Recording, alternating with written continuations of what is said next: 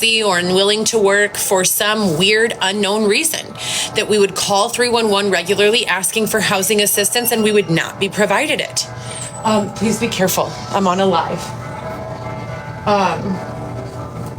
So I was looking at some of those videos and gosh, I look terrible in those videos. My face is all swollen and just terrible. I just look really, really bad in those videos.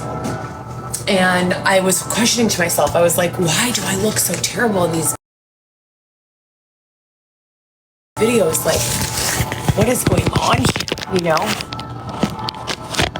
Well, there's a lot of things that go on with homeless that makes your face swollen or lines appear deeper than they actually are, besides the fact that my phone was being hacked a number of times and that there was a lot of hatred for no reason.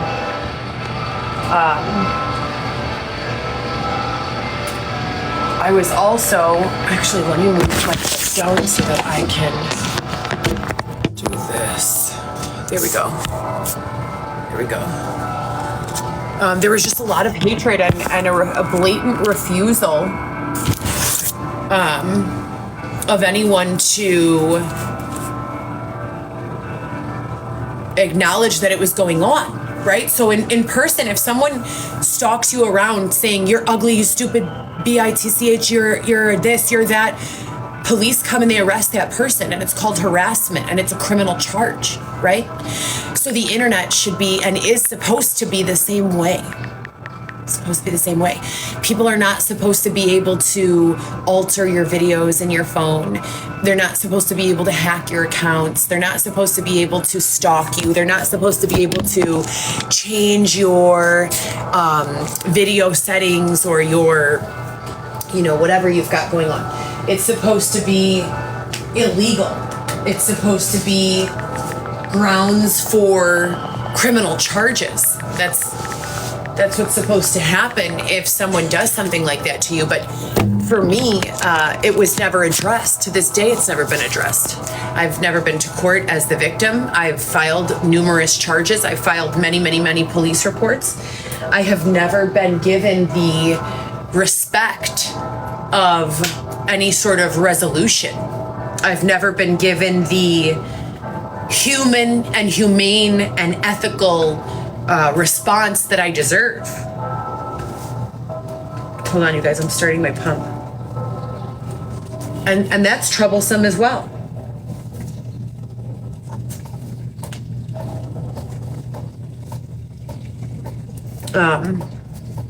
But yeah, just to give you guys a little bit of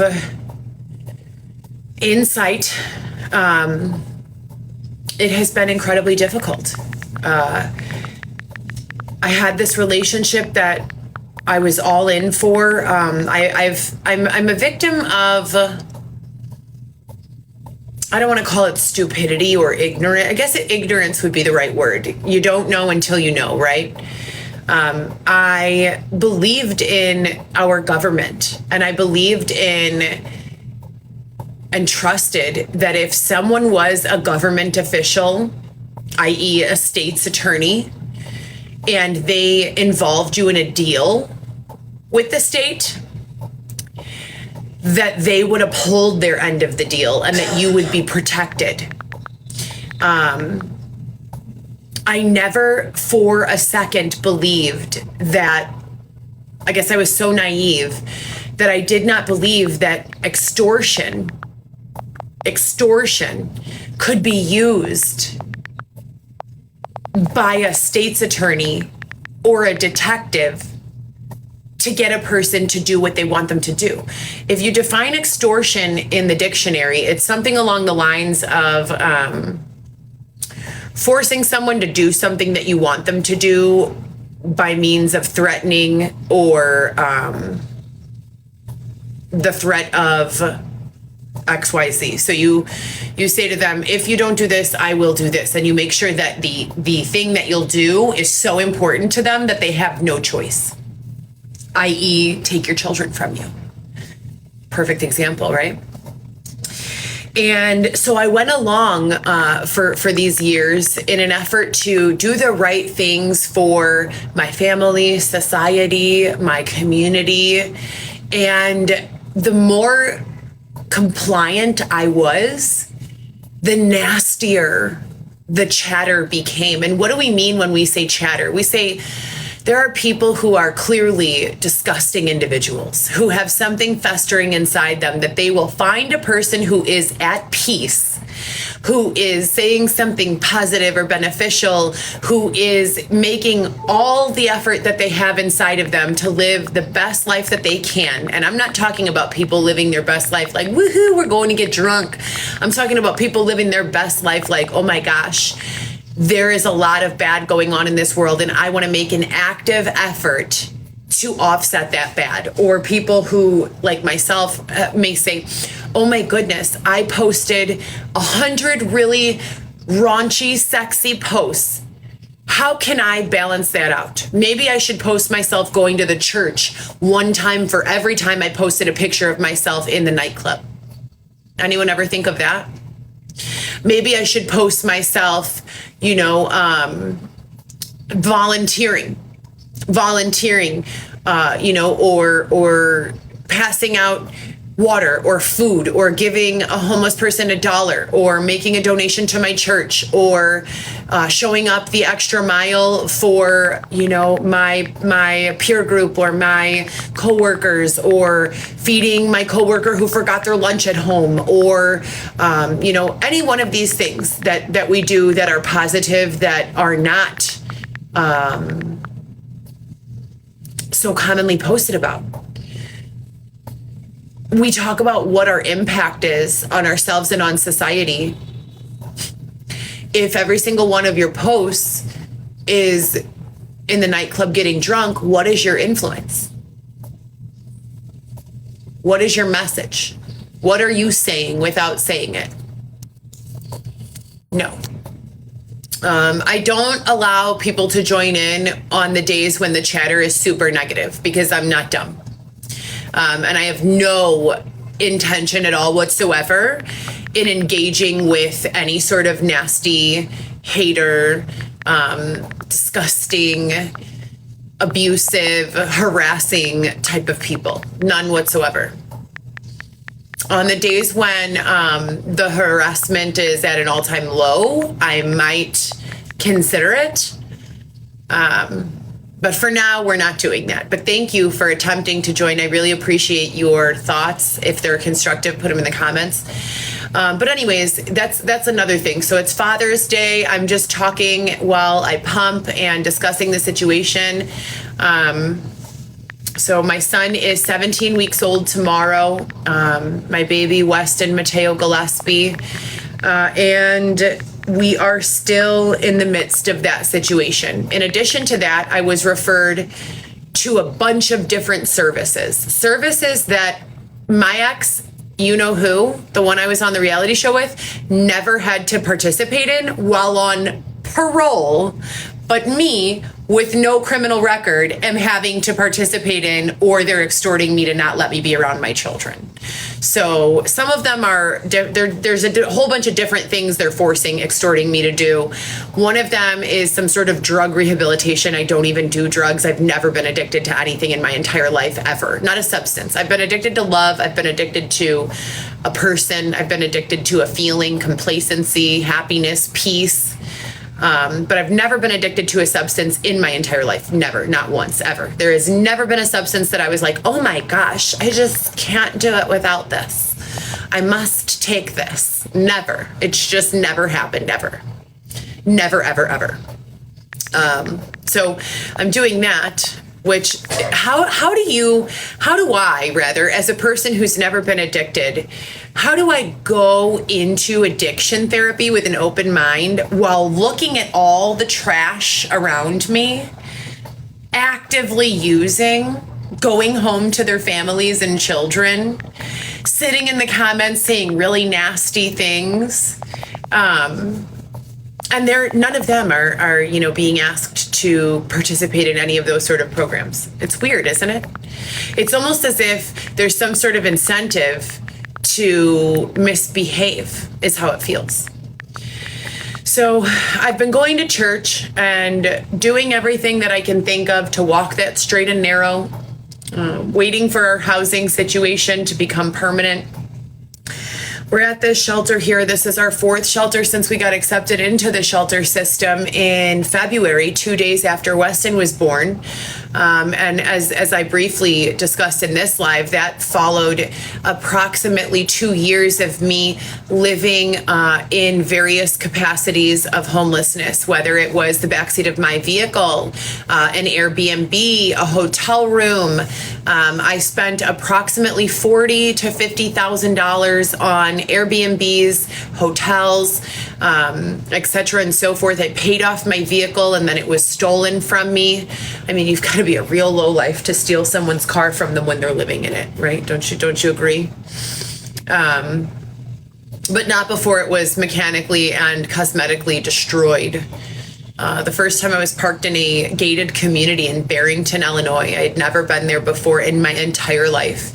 And this person said that he was going, to keep me safe. It was an older gentleman. He offered me a job working home health care. He was diabetic, among other issues and ailments, and had a difficult time, not drinking, and needed a designated driver, which I'm a fantastic driver, and cleaning and the smell of like fabuloso and like just cleanliness. That's my jam. So I was all for it.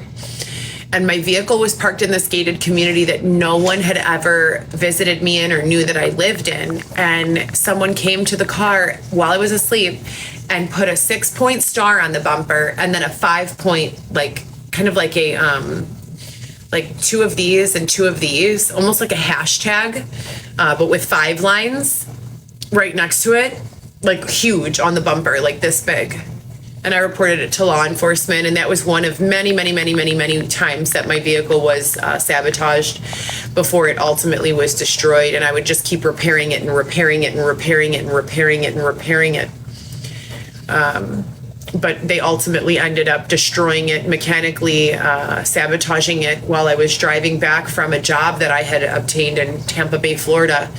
I was working at this place called Rose Bar, and I was on my way back home to Chicago, and someone put some sort of some sort of I don't know if it was antifreeze or something like that in those little areas. I had just had an oil change, so it definitely couldn't have been the oil change. And they blew up something in my car. And I treated this car like it was my baby. And I took the car to this place called a Ben's Tire and Auto in Valdosta, Georgia. And the guy, it was like a small mom and pop shop, and the guy was super cool. And he's like, oh, no worries. You can leave your car here as long as you need to. He had this huge, mile acre, God only knows how many acre plot of land where all these cars were parked. Like 1 million cars were parked there. And he said, it's going to be $2,000 for us to fix your car. And I'm like, oh, God, okay, it's not that bad. I can get it, but I need to go home and go to work first, And I was living in the car at the time, so it was terrifying. So I start getting the money, and I call about a year later. And the guy said, yeah, we still have the car, but we had to move it to another lot. No problem. The owner of the lot is a really cool guy. He's only going to charge you $50 to tow it back here. And then the $2,000 that we discussed. And I said, oh, thank you, God. And I called and confirmed with the guy. He said, yeah, no big deal. I told him the entire, issue and what was going on. That I was back in Chicago, that it would probably take me another 6 months to raise the money and get down there to pick it up. And he said, no problem at all. And I called after 6 months and I spoke to that same guy who was supposedly owner of the lot, and he said a different name. And I'm like, this doesn't sound like the original guy that I spoke with. And I'm like, are you sure you're the owner of the lot? And he's like, yeah. And so doesn't work here anymore. I have the names all written down in my record, but he's like, so-and-so doesn't work here. I'm like, that guy didn't work there. He owned the lot. He was an older gentleman, probably 70, 80 years old. And he said I could keep the car there. And the guy goes, we sold your car at auction. I said, you sold my car at auction? The guy just got done telling me, the owner of the lot and the owner of Ben's just got done telling me multiple times that whenever I was able to come back for the car, I could come back for my car. I have a title in my name and I satisfied a loan through Capital One. I didn't sell you the car, you just stole my car. Another thing that police and officials have been unable to help me with. But yeah, so they stole my car and I had nowhere to live. And approximately a year after that is when I met Xavier. That last year was really rough. You know, I met another person, a military person who was also a banker, and told me again, like, we have interest in your case. We want to help you win this case, or these cases of all of this abusiveness by regular people as well as officials, you know, and we're going to help you. And as I said, it's been a mix. Some of them have been government officials who have helped me, and some of them have been, you know, police who have helped me. But then there's also been government officials and police who have harmed me. And that's why I always call it corruption traps. But this person who was a banker, he said, we're going to help you. We're going to get you into an apartment and everything's going to be okay. And he gave me a car to drive and paid my rent up front, got a lease in my name alone, got me everything I needed. And I was laying in that apartment and I was thinking, this cannot be it for me. You know, I have way too many resumes going out on a regular basis. I have way too much experience, education, and way too big of a support group, way too many people who know what I've gone through, way too many people who have seen my struggle, who know the adversity that I've lived through, who know, you know, that I'm a hard worker and a good mother and a great mother and an amazing, you know, resilient individual. But it continued to worsen, you know, and it definitely continued to worsen. And I was thrown out of my apartment for no reason, no legal reason. It was a terrifying time. I had nowhere to go. I had no car. I had no home. I had nowhere to go. And I'm not like a person who's like used to just being homeless. Like, I guess there are people out here who are houseless, they call themselves, but they have like a wide like variety of resources that they're used to working with and like friends and support group where they can go. I had none of that. Like, I had never been, you know, homeless.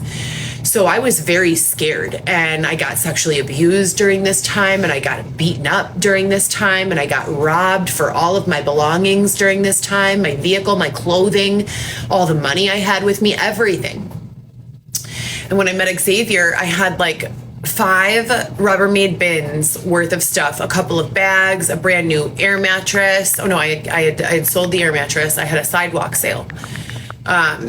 All of my production equipment from my content sales, lighting, tripods, like selfie sticks and tripods with the halo ring lights and all of that. Like, I had so much stuff, and a toaster oven, like so much stuff. And my belongings got, my laptop, all of it, my belongings got all stolen from outside of Xavier's father's house.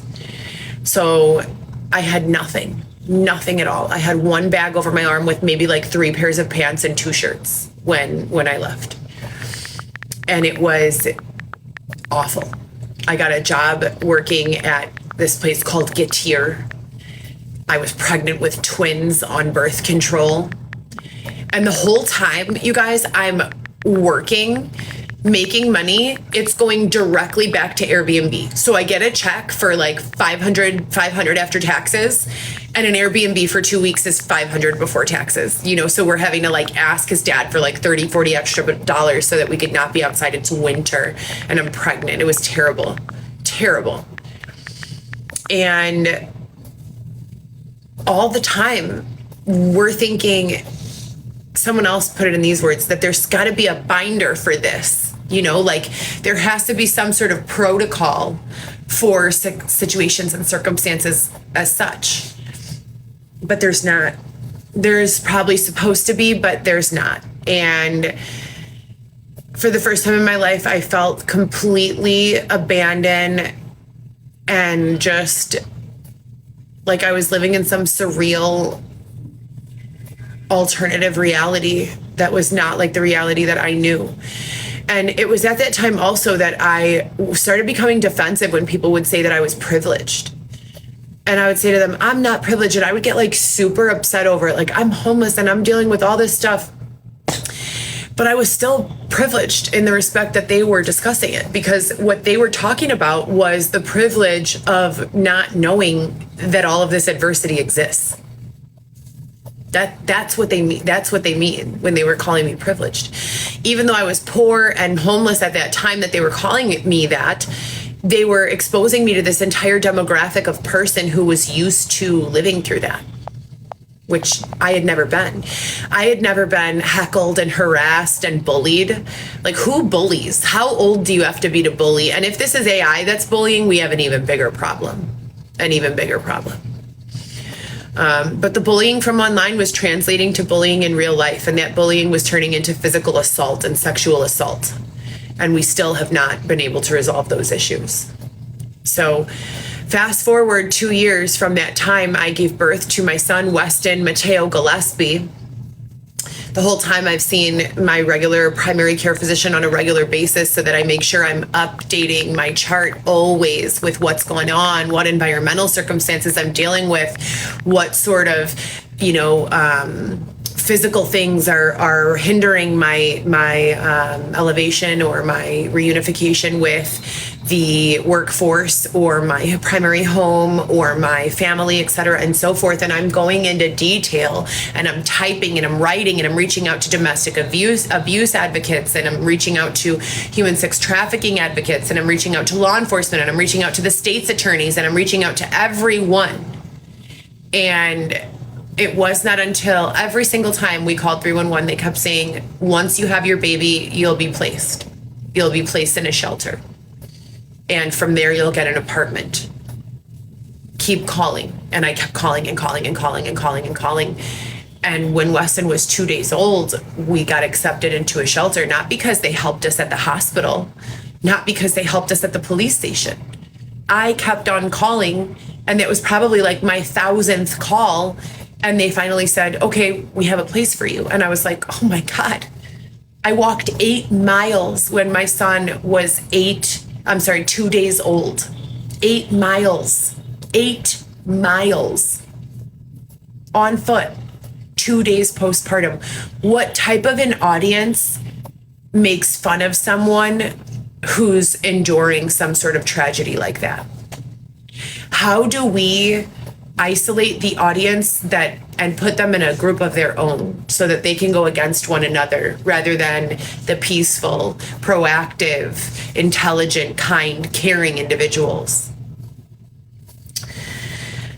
VLAW are the acronyms of my children. VLAW, VLAW, Viviana Lewis Alexis Weston, my entire heart, everything that I love about this world.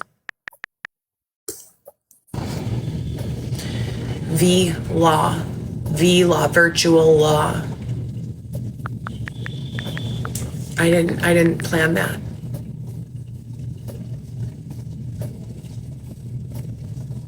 So we finally made it into housing, and they told us at the first place we went to, we've been to 4 places. This is our 4th place now. Shield, Believe, Olive Branch, and here. Yeah, this is our 4th place that we've been to since February. And they told us that we would be here until we were given our apartment or a townhome. They said they assess the needs of your family, the family size, et cetera, and so forth. And then they give you your apartment or your townhome. So we're waiting for that still. And in the meantime, I'm doing all of these services. And then I look onto social media and I scroll through an array of people getting drunk, people bathing in 50-gallon tubs of ramen noodles mixed with water, people filling up pools with Orbeez, people turning their parents' living room into a bar with a jacuzzi inside, people getting into street fights, people going to the nightclub and racing each other and shot taking, people smoking drugs, people, riding their wheelie motorcycles down the street on one one tire. And this is what I scroll through. I say to myself, why am I seeing this? I talk about things like breast pumping and being, a good mother and what to do with an infant child and all of the lessons I've learned in homelessness and also in employment, as well as in entrepreneurship and in public speaking, and all of the ways that I've been able to expand upon my knowledge and expertise in all of those areas respectively. And I don't understand what's going on in the world. I don't understand what kind of a world we're living in where someone like myself, under the circumstances and situation that I am dealing with and have dealt with, have the outcome that I have, while all of these other people seem to celebrate their tyranny, their disobedience, their aversity, or their rebellion to traditional societal norms. And it's confusing for me, I pray that technology, most certainly TikTok, will hurry up. I think it's disgusting to have an app like TikTok or Instagram or Facebook or Twitter that you can't control. I think that we have far too many technologists who know how to program algorithms and also know how to protect everyone from internet trolls. And I think that internet trolls are a different category than people who are harassing, following, baiting, instigating, bullying with intention. I also think it's funny that I ignore 99% of the disgusting, nasty comments that come through, but the second I make one comment back and it fails in comparison, has absolutely... When we're talking about who knows how to be a nastier, more mean, disgusting individual, I do not win by any means. The things I say are overall and in general far less combative and offensive than the things that are being said to me. Yet the things that are being sent to me are allowed to come through. And I make one comment back and immediately it's flagged and I get a warning on my account. Why? You guys, why? Human suffering is not necessary. Suffering is not necessary to the human experience. If someone thinks it is necessary to the human experience, I invite them to be on the receiving end of the bullying. For someone like myself who agrees it's not necessary to the human experience, I invite AI, artificial intelligence, and the programmers for TikTok, Instagram, Twitter, Facebook, Snapchat, all of the others, to step up. We should not be getting bullied online. I'm a 37-year-old woman, capable of articulating, who has been articulating for 5 years exactly what it means to be bullied on the internet and off of the internet with very little relief. As I've said about convicts looking for employment, as I've said about people who cannot articulate, as I've said about people without papers to work in this country, I'll say it again and apply it in the context of here online. A child protect themselves from this type of adversity, from this type of bullying. If I'm clearly communicating repeatedly and relentlessly that this is wrong, and yet it's continued to go on, and it's allowed to continue to go on, what chance does our generation, underneath, or generation before, after rather, have to combat this type of bullying?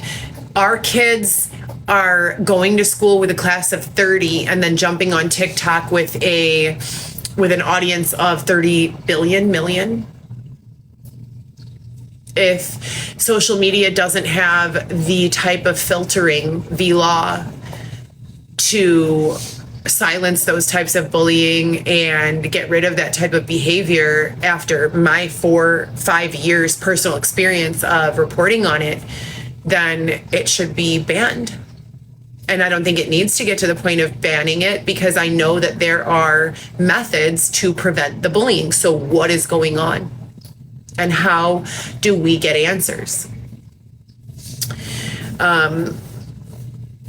In the world, there are always going to be people who agree with you and see things from your perspective and people who don't. Why would social media algorithms intentionally run to funnel people who don't agree into my account?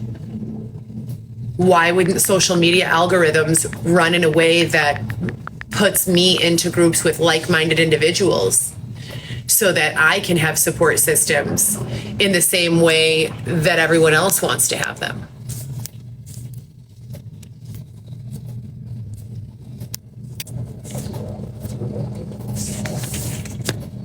So on this Father's Day, I just really think that it's important for everyone to, hold on, you guys, they're asking me to verify. There we go.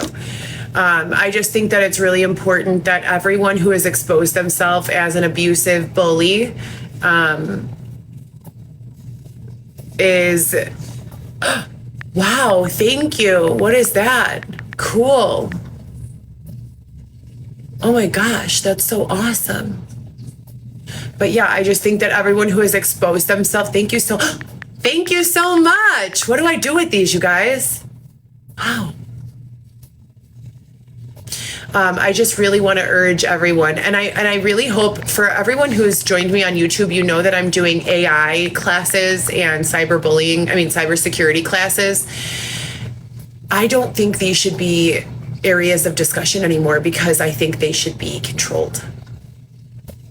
We don't need to ban social media. We need to run the same algorithms that we run in marketing success. Oh, you're selling, hairbrushes. Let's put your product into a whole bunch of people in a market demographic of people who will buy hairbrushes. Your algorithms are gonna look for people who are bald, right? And not try to sell them the hairbrush. We have that technology, then we have the technology to keep people who are on here saying you're ugly, you're fat, your tooth is ugly, you're homeless, you're this, you're that. We can get them off of here as well. Let's do that, shall we? Oh my goodness, why have I not? This is not a lot of milk for the amount of time I've been pumping. We've been on here for a while, haven't we? How long have I been on here? How long have we been on here? How long have we been here? I can't tell. I'm so like not familiar with TikTok. Every single time I get on TikTok, I feel like these people like say the most terrible things, like awful things. And so I lose my motivation to learn the platform, which is not the way it's supposed to be. Gary Vee says, continue marketing on your 5 channels and do not be deterred by the haters.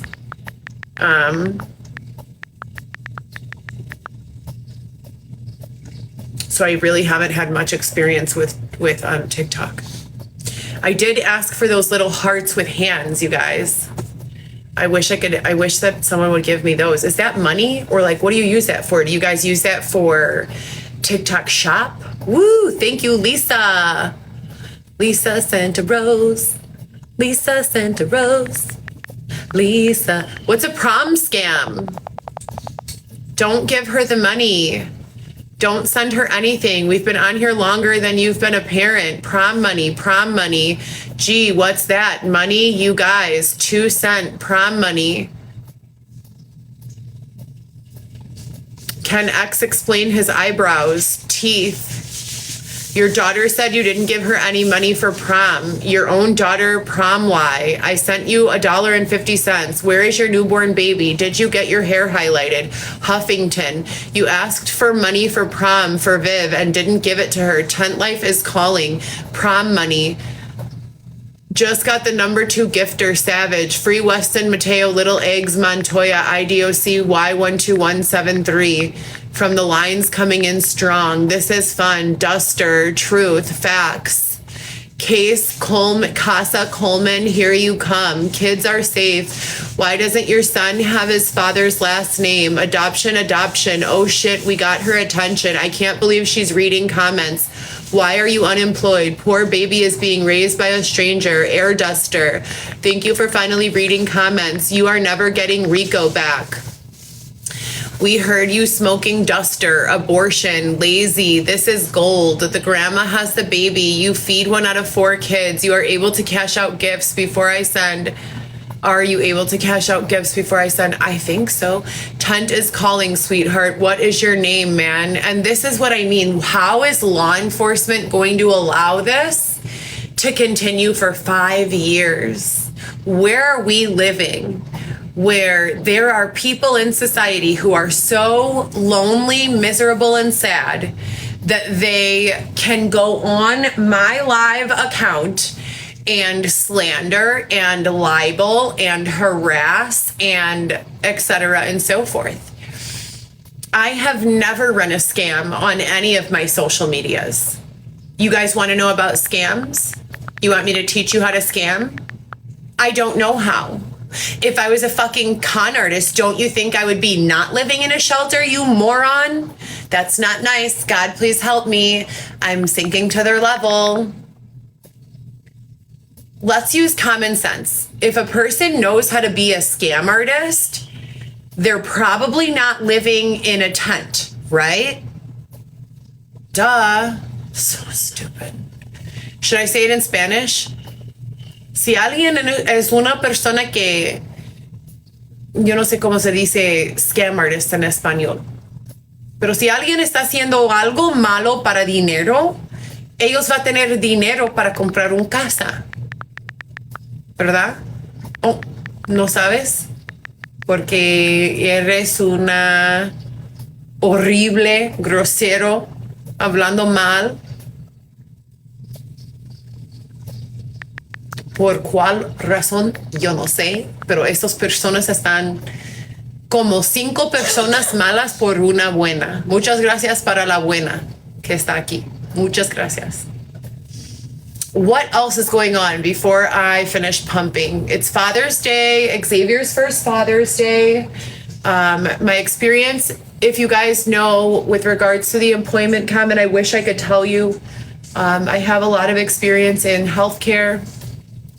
My children have lived with me their entire lives from birth all the way until 2020 when you know who, the person I did the appearance of the reality show with, got home and became incredibly abusive. And this is always going to be my main thing. Like, how does a person come home on parole, use drugs and alcohol? And you guys can Google, I believe he had an issue with his next person her name is Marissa, and it was like Marissa and Dylan comment on Chicago police kicking down the door, finding tons of drugs and guns, blah, blah, blah.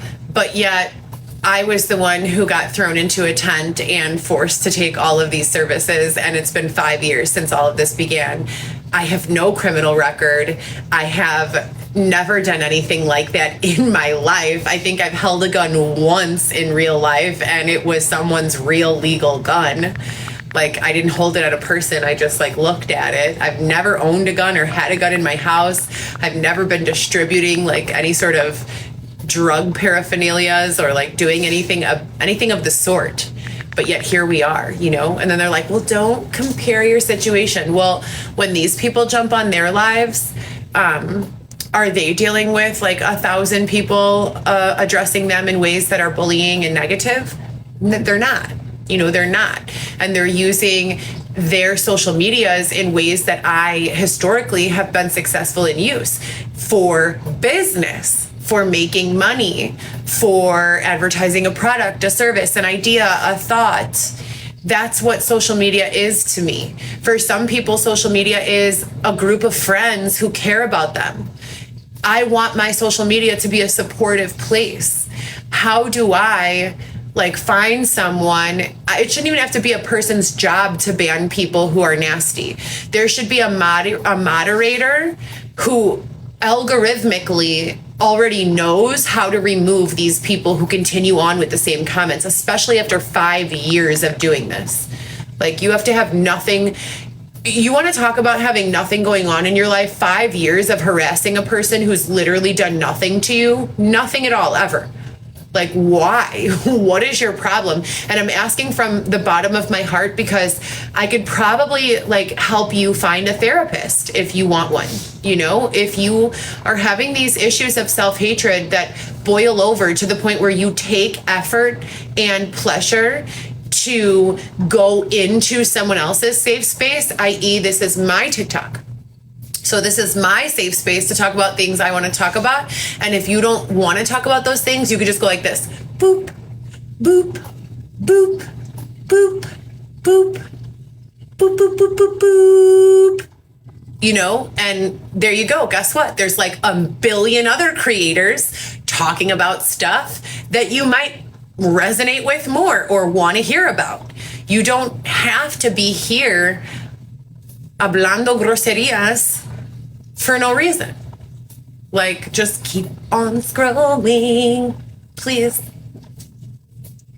This is definitely going to affect my milk quality. Thank you guys for sending me gifts. That's so dope. This is my very first time knowing about gifts. I think I've been sent like 4 or 5 other gifts before, and I really don't know what they're like supposed to be for or how you cash them out. But I'm definitely interested in continuing to learn about that, as I am interested in furthering the algorithmic efficiency, effectiveness of banning all bullies from all social medias. Why are we tripping about Donald Trump having a Twitter and saying he's not allowed to be on? I don't really think that that should be allowed. I don't think that someone running for public office should ever be allowed to be banned, but we're banning him and allowing people who are bullies to stay on. Why wouldn't we ban all the bullies? And like, that runs deep. Like, use biometrics to scan their pupil from their device, whatever device they're using. If they're a mean, nasty person repeatedly, just go ahead and block them forever, right? Like, why can't we do that? Oh, you're mean and nasty. Unless you want to be nice, you're not allowed here anymore. Like, we have to teach these people. Xavier, you have pants on, right? Yeah. Okay, because I'm live. We have to teach these people that they are not allowed to be mean to anyone. Like, just don't be mean, please. It's so nasty for no reason. For no reason. I'm struggling. Hello? Do you not see me? I'm anxious a lot of the time. My children, like, I wake up, you guys, and I like literally start freaking out. I'm like, I belong nowhere. Like, I need to go. I need to be with my kids. I need my home back. That's how I feel, you know, and I have to work through those feelings on a daily basis. For someone who feels that way and is working through those feelings on a daily basis, why would you think that it was appropriate to go into their comments and be hateful to them? Like, what kind of nasty bottom feeders are you? Really? But before we go off, I just want to go back on the subject of Father's Day. We do not really know what any person is experiencing in their life. If you are a father, if you have ever been a father, please do your best to be an amazing father. And the same if you're a mother, but since it's Father's Day, we'll continue talking about that, because children deserve all the love and all the support. And while you're being a bully to a grown-up, just remember that that grown-up is someone's mom or dad most of the time, someone's daughter or son all of the time. And you're just being so nasty and mean for no good reason. And it's like, do I have better things to do than talk about this? I don't think I do right now. As a matter of fact, I think that it is probably one of the best uses of my time right now to talk about how terrible these bullies have been, how disappointing it has been to be abused and go to authority who I'm supposed to trust and believe in and be able to rely on, and not receive the assistance that I should have received. And then furthermore, if you're not receiving the support that you are supposed to receive in your, you know, from those types of channels. Social media is a last like resort for a lot of kids and young adults. If we don't have anyone else to turn to, there is a giant pool of people, and there are a lot of good people who will give you a shoulder to cry on, or some support, or some resources, or become friends with you in real life even, or maybe business partners, or whatever, whatever the case may be. So I want to know from all of the AI people, I don't know who created TikTok, but why are you allowing bullies to continue to participate on TikTok and other platforms of social media? I love Facebook. I was just talking, Xavier has like some hard feelings towards Mark Zuckerberg. I am so grateful for his invention. I don't really know the politics and don't want to know the politics of like everything that goes on with that, but I can tell you this. My apartment was flooded, and all of my kids, and I'm the type of mom that like, I kept my children's umbilical cord stumps. All of my children have a baby book, and I literally kept my children's umbilical cord stumps. I taped them into my children's baby books, and I went hard. I crocheted a blanket for each of my children. I have like these detailed baby books for my kids, and they were destroyed in a flood or from Aunt Stacy's house. I don't even know what happened after that, but after the flood, I moved whatever I had left to Aunt Stacy's garage. And Aunt Stacy, like literally, like not her garage, her basement, which was Aunt Diane's basement. Rest in peace, Aunt Diane. And I don't know if I have them anymore. Do you know what Facebook is? Facebook is a virtual baby book for me and for my children. And it's something that I wish my parents had access to when I was a baby. Like, how interesting will it be for my kids when they're older to go on the internet and say, oh my goodness, this is how I looked. This is what we did. This is where we lived. This is what my life was like. That's such a gift. That is such a gift. So I'm a firm, huge advocate for social media. And it's, in my opinion, 1,000 million % more beneficial than it is harmful. We have children who are living in isolation or living in adversity or being bullied in real life, and they can come here, and this should always be a safe place for them to make friends who are in their, age range and appropriate level of understanding, to communicate with each other, to grow with, laugh with, engage with each other when maybe circumstances do not support that in their real life. There are kids who, maybe not even kids who live in bad neighborhoods, but kids who live in the house during summer. Because how many of our kids go to school and the school is like a babysitter? So when the parents are at work during the summer, they're like, you're in the house, door locked, you're not allowed to go outside. What a terrible way to spend your summer, right? But I get it. I was that kid a few summers, where my parents needed us to stay in the house because they were not going to be home and we needed to stay in the house. It doesn't have to just be like this severe thing. It does exist that there are neighborhoods that are not safe for children to go outside and play in. So social media should be that space for ourselves and for our children. And there should 100% be, and I know that there are, algorithmic abilities, AI abilities, virtual artificial intelligent police officers who can ban, block, punish, censor, remove bullying narratives, commentary, etc. from the entire platform. I know that they exist, and I know that they are, 100% possible. Another thing about that little AI course that I learned is that the majority of entry-level jobs are going to be extinct in the next, 6 years. 6 years, you guys. That is crazy. What are we going to do?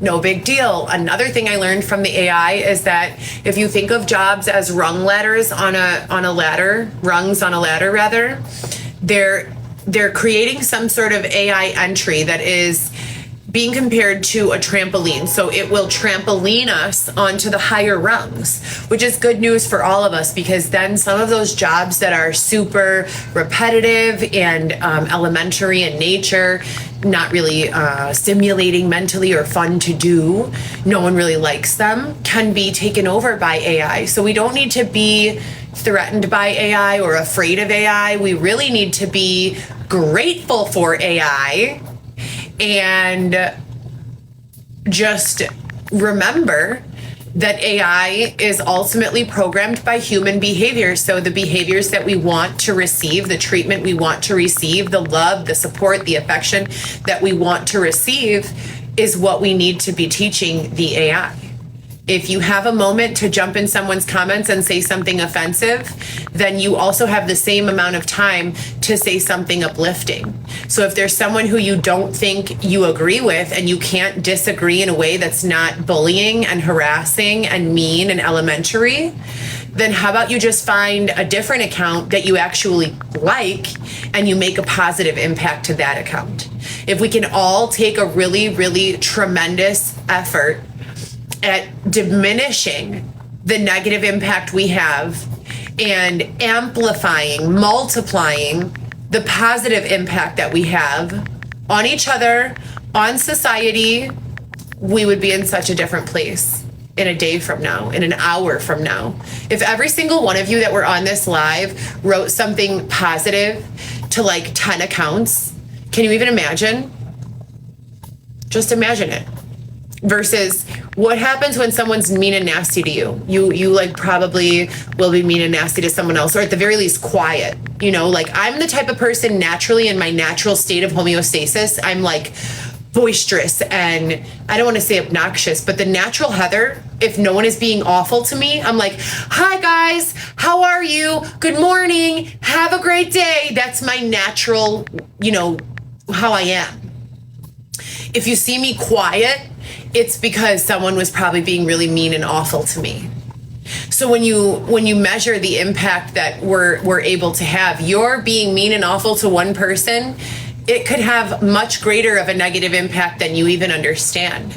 If that one person is a support person, a catalyst for positivity, you know, or anything like that, and you silence them or harm them or quiet them or fill them with anxiety and unnerve them,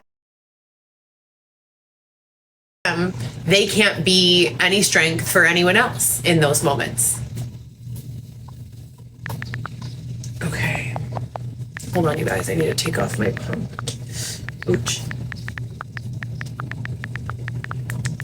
Milk. Leche de pecho.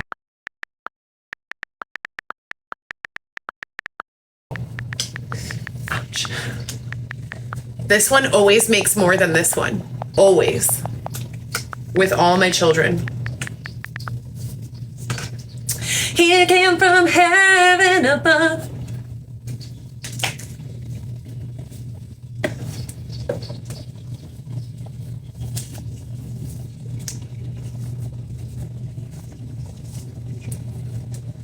Okay.